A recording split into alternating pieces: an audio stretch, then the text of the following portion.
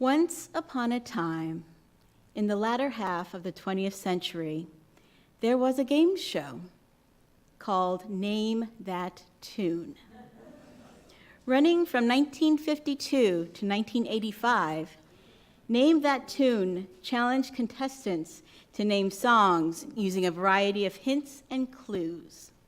One of the catchphrases was, "I can name that tune in 3 notes."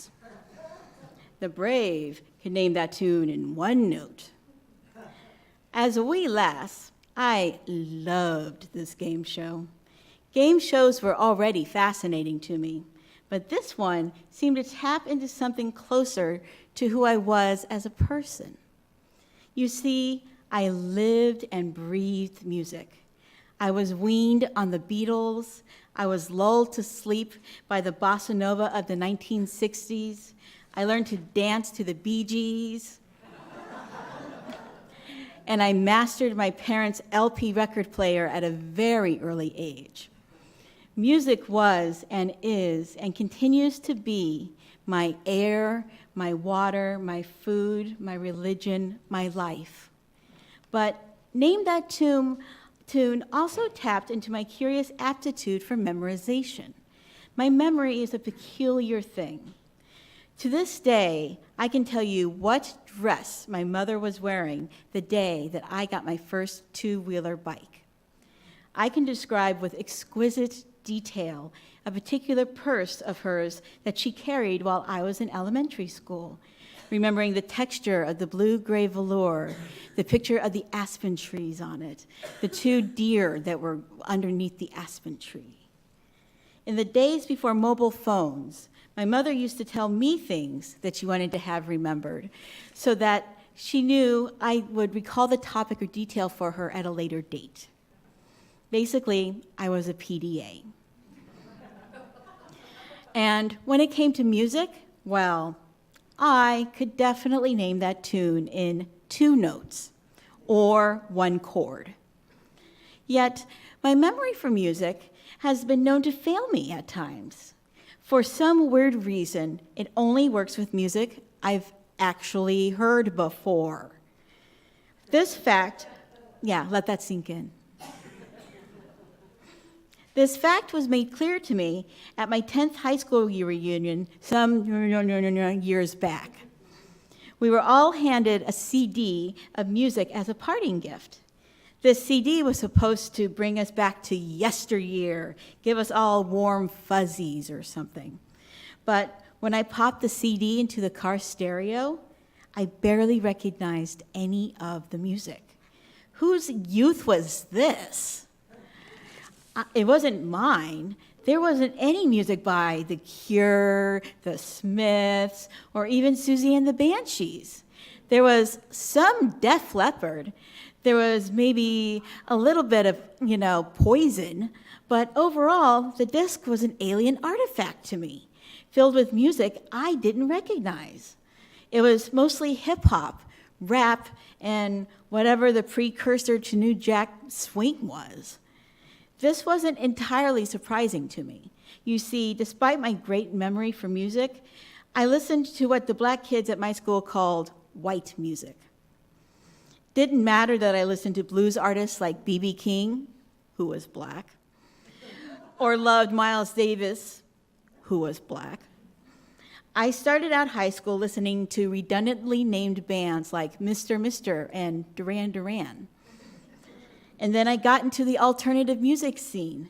And then I discovered the artistry of XTC and David Bowie. I could slam dance, but I couldn't Cabbage Patch to save my life.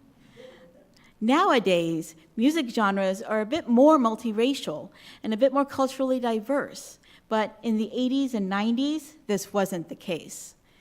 And so my music, my weirdo white music, wasn't represented on the official class CD, since the majority of the popular kids and the de facto reunion organizers were African American and/or listened to black music. Music and memory are tightly entwined for many, to the point that specialists in treating Alzheimer's disease are actually making music playlists for the other patients' favorite music to help restore lost memories. The BBC's Tiffany Jenkins wrote an article in 2014 looking at how popular music evokes the kind of memories that are shared with peers. After all, it is often playing in the background of whatever we are doing at the time, whether it's going to the grocery store or hanging out with friends.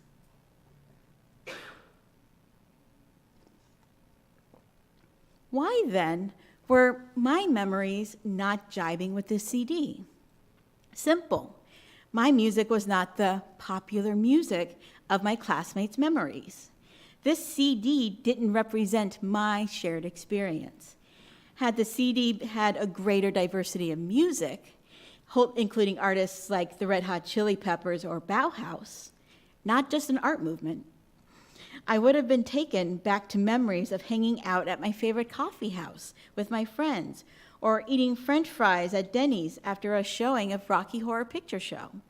Instead, I felt vaguely uncomfortable recalling pep rallies with the cheerleaders bumping and grinding to strange music after I wrote angst-ridden poetry in my notebook instead of cheering on the jocks who told me that I acted white. It was a strange high school.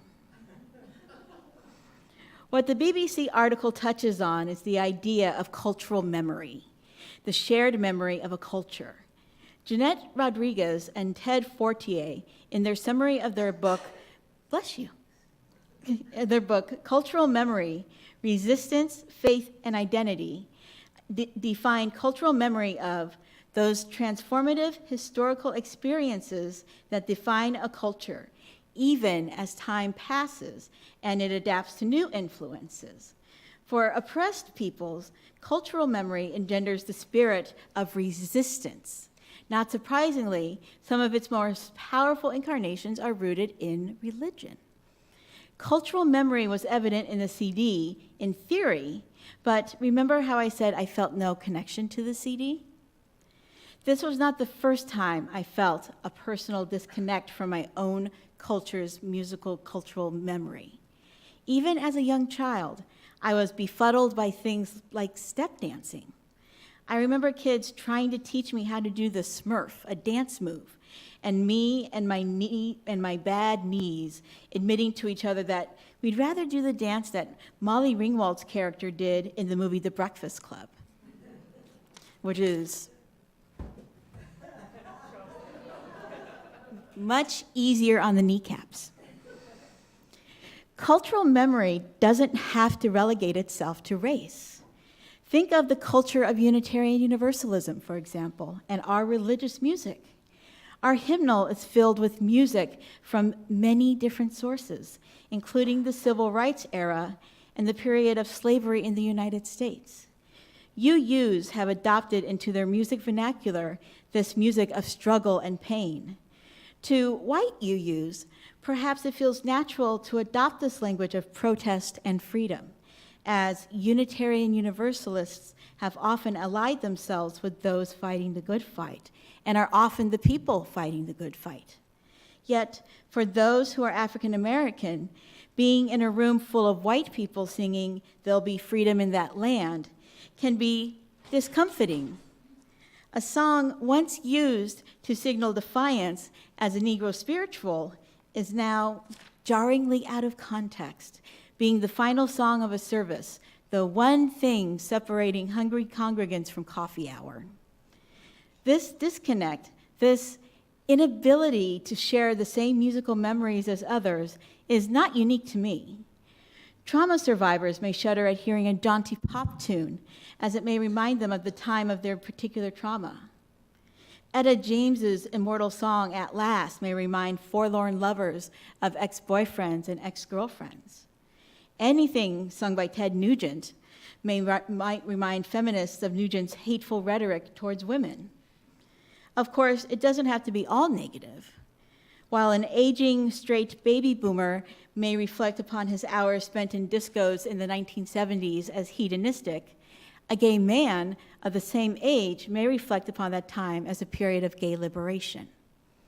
So, Am I saying that we must no longer sing spirituals in church? Not really. Am I saying that you can no longer go up to people and say, hey, where were you during the summer of love? No, not at all. Am I making a solemn vow to never again blast my music in the car and sing at the top of my lungs? Heck no. What I am saying is that we should be mindful that the cultural memory of music can be a false construct for some. We don't all share the same culture, much less the same memories, and sometimes our memories can turn traitor. We should instead try to be understanding of those of us who stand outside the dominant culture, who embrace cultures different than our own, who go forth and create our own culture. After all, Liverpudley and mop-top Paul McCartney never would have gotten around to writing about the song we were singing had a few people not embraced Beatlemania. May it be so.